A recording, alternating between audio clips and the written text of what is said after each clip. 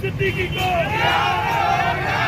नारे तकबीर, नारे तकबीर, नारे तकबीर।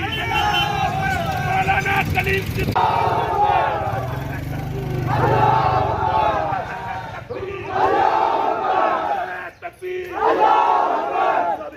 हम सब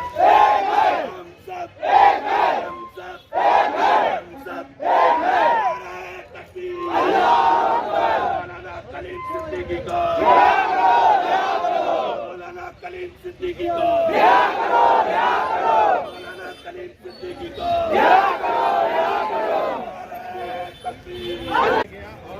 इजाजत संविधान ने दी है तो शामिल के ही काम करना है। मुझे वाली नहीं जो कि सरकार सिर्फ अपने इलेक्शन के लिए ये हालात पैदा कर रही है।